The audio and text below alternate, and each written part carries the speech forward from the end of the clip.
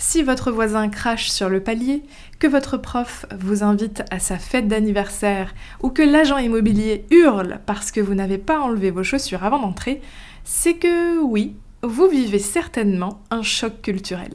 Et si vous voulez comprendre pourquoi, vous êtes au bon endroit. Je m'appelle Emeline Gaudichaud et je vous souhaite la bienvenue sur Cross Culturel. Ici, vous entendrez des témoignages, des histoires et des anecdotes en lien avec les différences culturelles. Si ça vous intéresse, pensez à vous abonner, comme ça vous recevrez une notification lorsque je sortirai de nouveaux épisodes.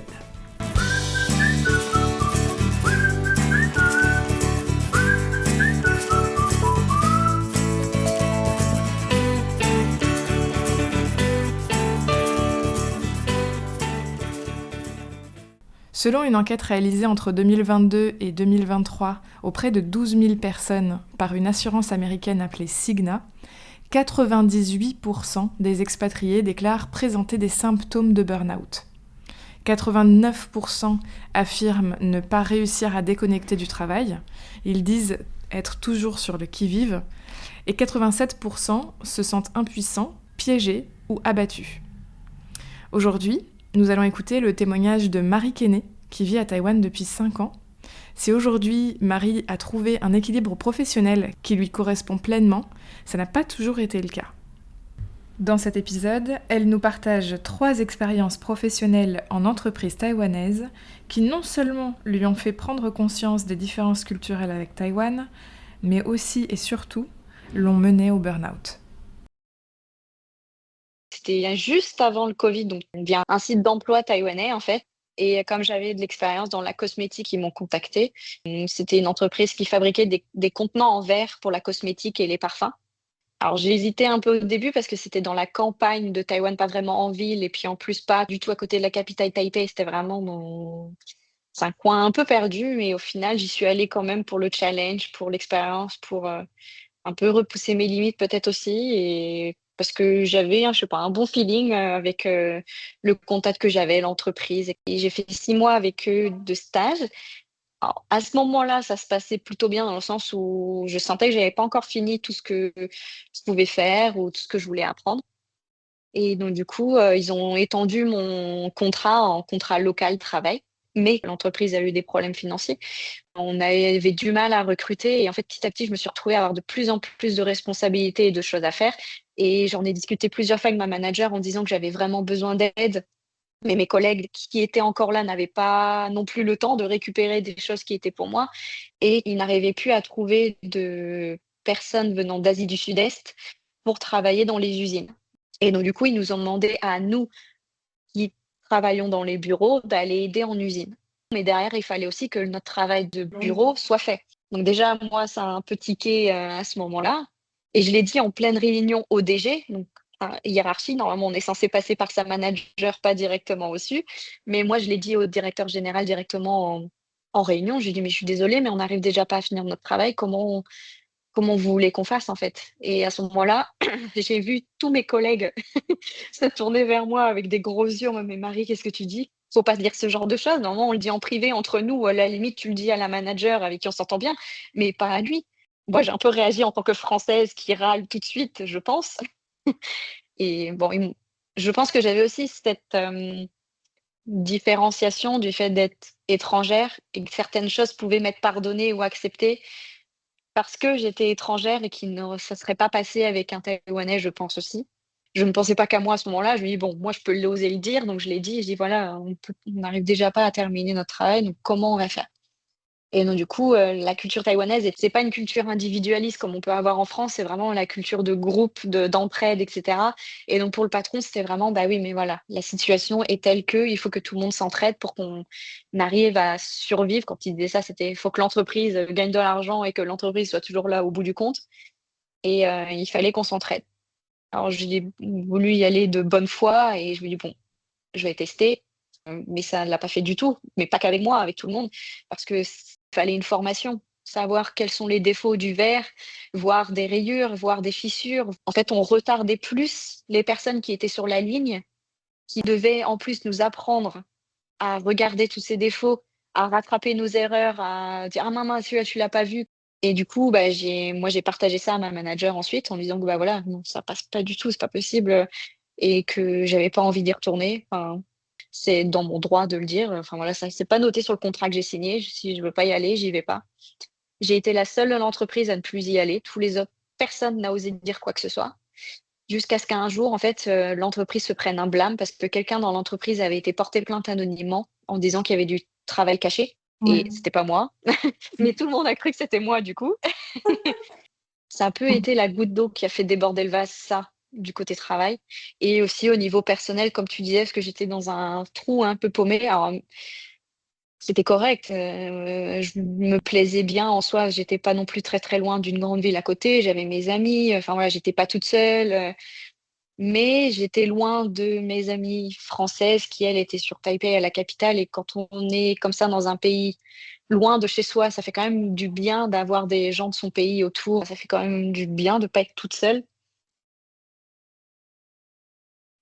Je me suis mise à faire des crises de panique et à avoir des maux de ventre en étant au travail, mais des maux de ventre au point où je dis à ma manager: «Faut que je rentre là, je suis malade».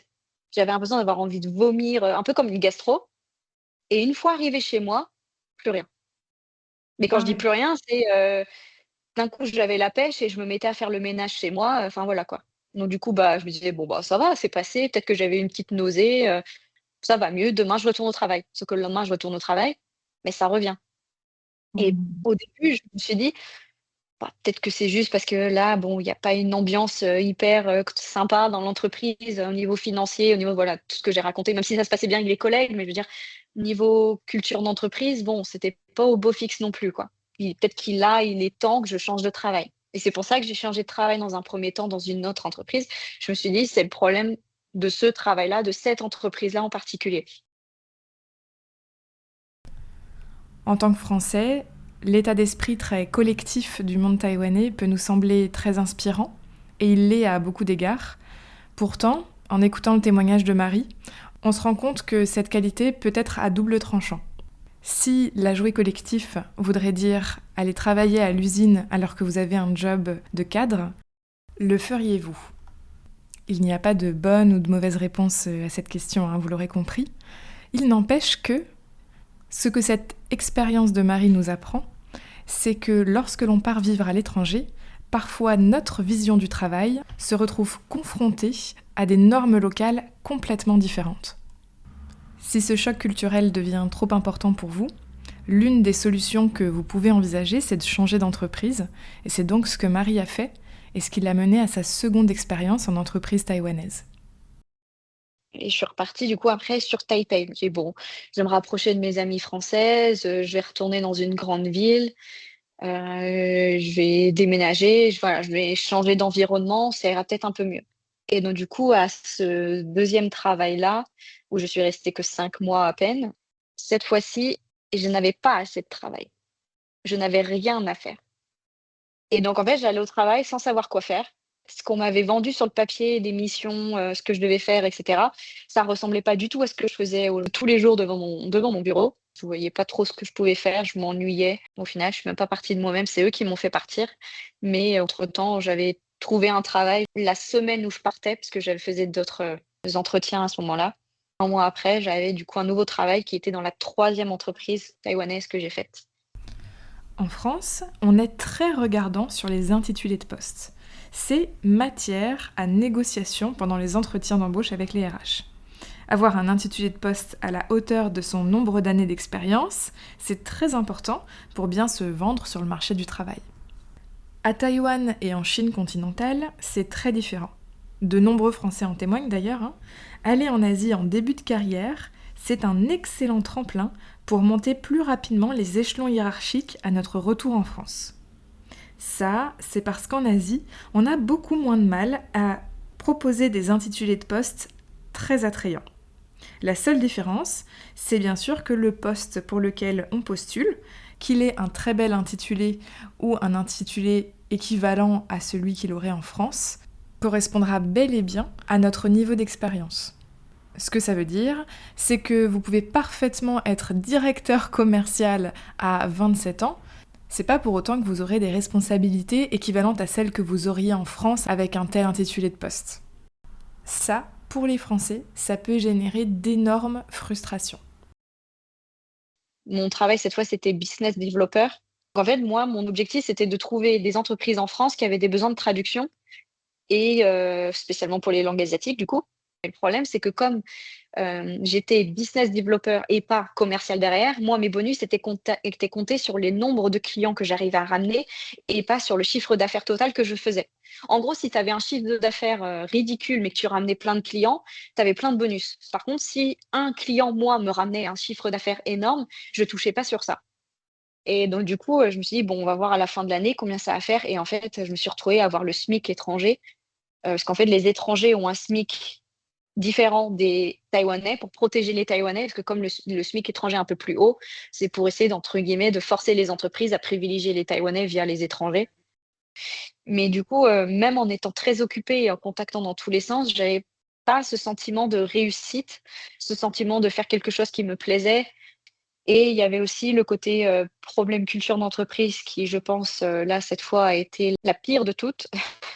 C'est que c'était du micromanagement à fond, mais du micromanagement, même pas que dans ton travail à toi, mais aussi dans s'immiscer dans ta vie, limite au point où, par exemple, ils donnaient des petits goûters, on pouvait aller se servir de petits goûters, soi-disant, «Waouh, vous voyez, on est trop génial, il y a des petits goûters, à disposition», mais en fait, il y avait une caméra au-dessus pour surveiller qu'on n'en prenait pas plus que 2 par jour, par exemple.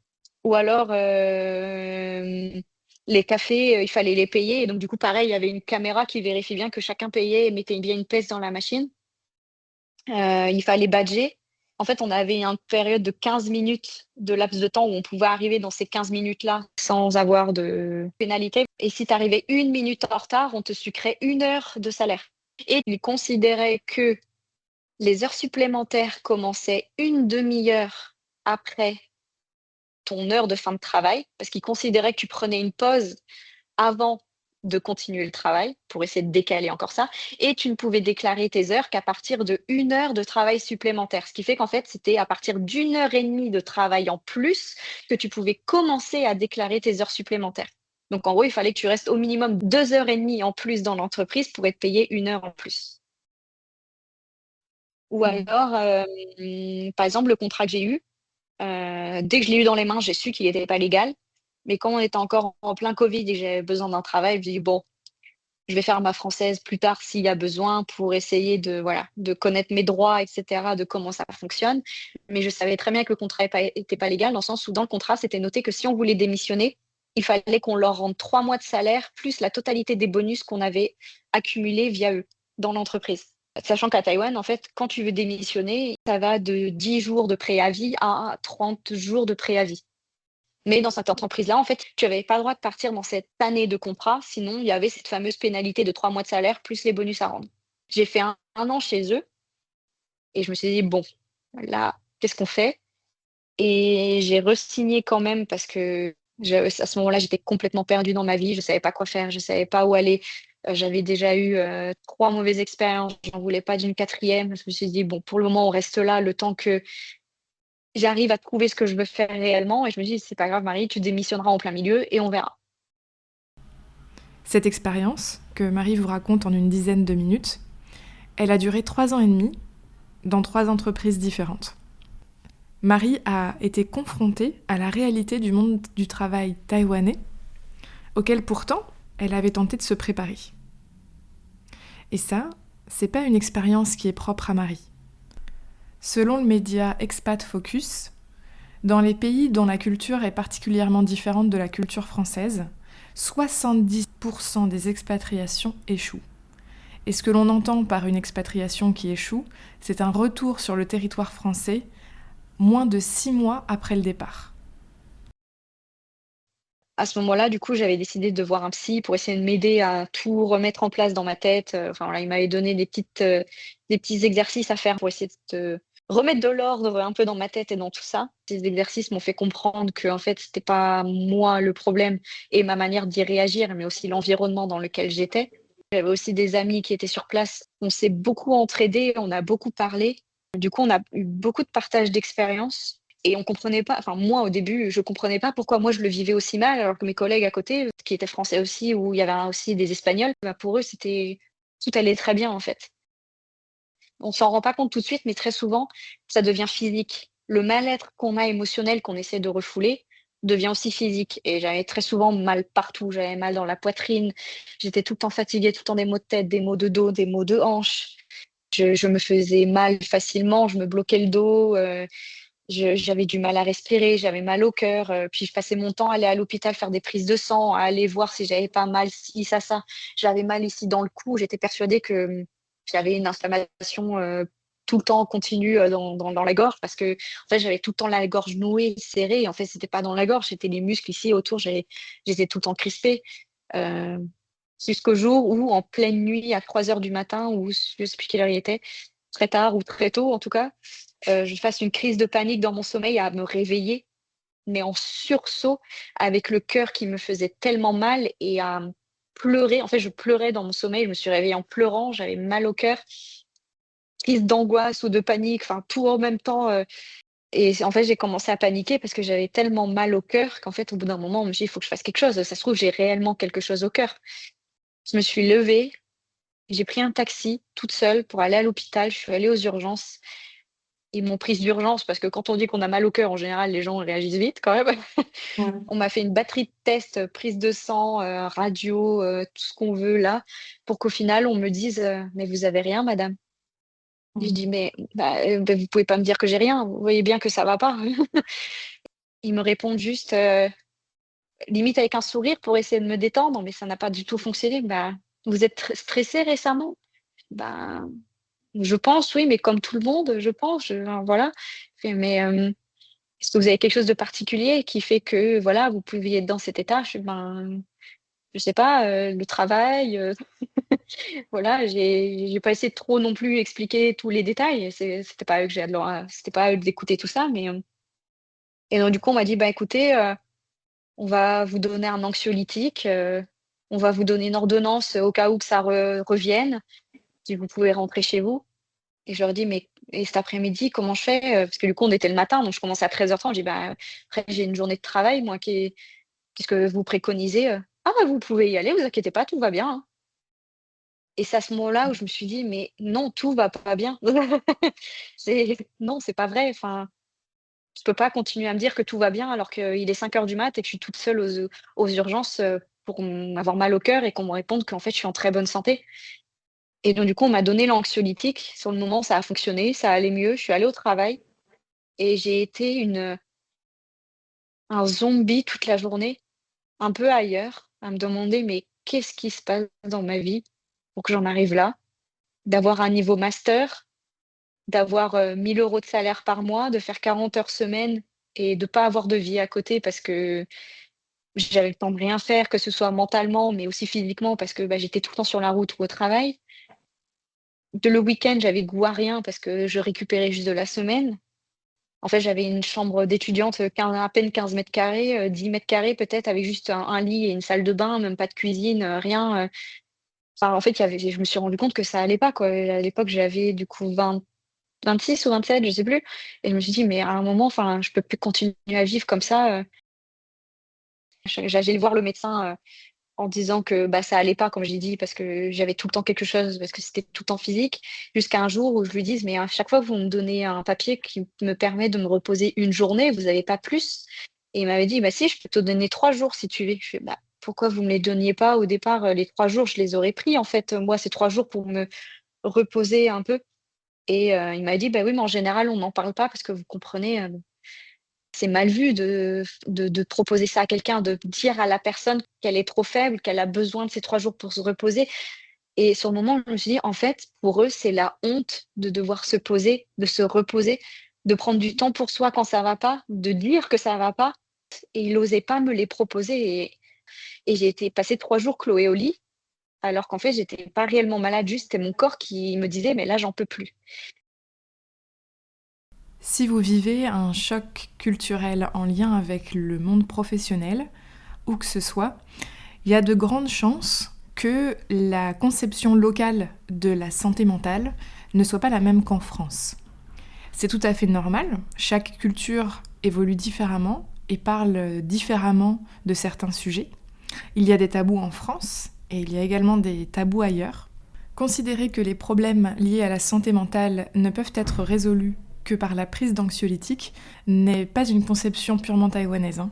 J'ai vécu exactement la même chose à Singapour. Ce sont des sujets qui sont encore tabous de mon expérience, en tout cas en Asie. Quelle que soit la destination dans laquelle vous vous situez, si vous n'êtes pas bien mentalement, le plus simple est de consulter quelqu'un d'origine française qui aura donc la même perception que vous de la santé mentale. Puisque le risque, c'est de vous sentir encore plus isolé que vous ne l'êtes déjà. Dans ma tête, je faisais vraiment une séparation entre vivre à Taïwan et travailler à Taïwan. La vie à Taïwan, moi, j'adore. Enfin, le pays, j'aime beaucoup. J'ai mes amis ici. J'ai mon mari. Enfin voilà, j'aime le pays. Il y a plein de choses à faire. Et je m'y sens bien. En fait, au tout début, quand j'ai voulu rester à Taïwan, c'est parce qu'en fait, je me sentais moi-même. J'arrivais à être moi. Je me sentais bien dans ma vie. Tous les jours, je parle une langue étrangère. J'apprends une culture, même encore tous les jours. On apprend toujours cette culture. Tu sais, c'est très stimulant. Mais le monde du travail, ça n'allait pas du tout. Et je me disais, mais du coup, enfin, c'est quand même une grosse partie d'une décision de rester dans un pays. Donc, qu'est-ce que je fais, quoi? Mais j'ai eu la chance à ce moment-là que mon copain soit là pour moi, qu'il comprenne. Au tout début, je lui en parlais pas. Comme moi, je m'en rendais pas compte, j'arrivais pas à mettre des mots sur tout ça et ni des émotions. Forcément, je pouvais pas lui en parler. Mais par exemple, l'étape du contrat où il fallait payer, etc. pour partir, il était pas au courant. J'en avais jamais parlé. Et c'est quand je lui ai parlé de ça aussi, il m'a dit, mais Marie, mais pourquoi t'as re-signé? Et ça, je me suis dit, mais même un Taïwanais me dit que ça va pas. Même un Taïwanais me dit que jamais de la vie il aurait signé pour ça dans ces conditions. Il me dit, mais tu te rends compte que dans quelle situation tu te mets, alors qu'en fait, aucun travail ne doit mériter de se mettre dans cet état-là, de leur devoir de l'argent, de leur devoir ta santé mentale. Et je me dis, mais en fait, mais même un Taïwanais où déjà, c'est pas autant développé qu'en France, la santé mentale, enfin voilà, tout ça, je me dis, mais même lui se rend compte que ça va pas. Donc, qu'est-ce que je suis en train de faire?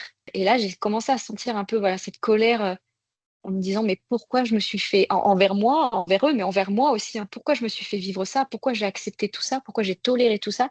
Et cette colère m'a aidé vraiment sur la fin à m'activer au plus vite possible, je dirais, et même à gérer la fin de ce contrat. Et malheureusement, j'ai dû y aller par la menace, enfin voilà, je leur ai dit clairement à mon entreprise que voilà, j'avais appelé, que j'avais toutes les infos pour leur faire comprendre que j'étais dans mon droit de partir, qu'ils n'avaient pas le droit de faire ça. Enfin voilà. Mais au moins, cette colère que j'avais en moi m'a permis de mettre tout en place pour que me sécuriser et d'avoir des captures d'écran de tout ce qui était dit, d'avoir l'appui du ministère derrière, etc. Et en fait, du coup, je suis partie sans avoir rien payé, normalement, avec donc je crois que j'ai dû dire 20 ou 30 jours à l'avance, voilà, je pars. Enfin, voilà, tout s'est fait tranquillement. Voilà, j'ai réussi à trouver un travail qui me correspond enfin réellement, en sachant ce que je pouvais accepter ou non. Et cette expérience, alors même si sur le coup c'était difficile, mais je regrette rien parce que ça a été une expérience très enrichissante dans des entreprises taïwanaises, que je ne serais pas là aujourd'hui si je n'avais pas fait ça, que c'est mon CV qui aujourd'hui est comme tel et qui m'a permis d'avoir cette expérience. Et moi, j'ai eu ce vécu-là dans des entreprises taïwanaises, mais je connais des gens, enfin, comme toi, tu as eu à Singapour, pour qui ça s'est très très bien passé dans des entreprises taïwanaises aussi. Voilà, c'est en fonction Oui, bien sûr. du vécu de chacun, de la personnalité de chacun, de la sensibilité de chacun. Moi, quand des personnes viennent me demander des conseils pour trouver un travail ici, je partage mon vécu en disant voilà, moi, ce que j'ai vécu, ce que je ressens. Je dis pas que ce sera votre cas à vous. Je dis pas non plus qu'il faut pas essayer, qu'il faut pas tenter, mais c'est pas forcément une vérité pour tout le monde, quoi. Moi, j'ai vite compris qu'un contrat local entreprise taïwanaise, ça ne fonctionnerait plus. Si, comme Marie, votre expérience professionnelle en expatriation ne se passe pas tout à fait comme prévu, sachez qu'il existe toute une palette de possibilités qui s'offre à vous. Vous pouvez vous former aux différences culturelles pour qu'elles n'impactent plus votre quotidien. Vous pouvez tenter de changer d'entreprise, de travailler pour une entreprise française par exemple, ou vous pouvez choisir de rentrer en France. Aucune de ces solutions n'est plus louable que les autres. Il faut simplement choisir celle qui vous correspond le mieux. En tout cas, le message que je souhaitais vraiment vous faire passer à travers cet épisode, c'est que vous ne trouverez pas de solution seule. Parlez-en autour de vous, parlez-en surtout à un professionnel de santé pour trouver la solution adaptée à votre situation. Je tiens à remercier Marie pour son témoignage très authentique. C'est une thématique qui est très difficile, elle est très personnelle. Et j'espère qu'à travers cet épisode, on a pu aider ce serait-ce qu'une personne qui traverse un moment difficile à l'autre bout du monde. J'espère que cet épisode vous aura plu. Si c'est le cas, je le dis souvent mais c'est important, mettez-moi 5 étoiles sur votre plateforme de podcast préférée, ça m'aidera à me faire connaître. Moi je vous dis à très vite sur Cross Culturel.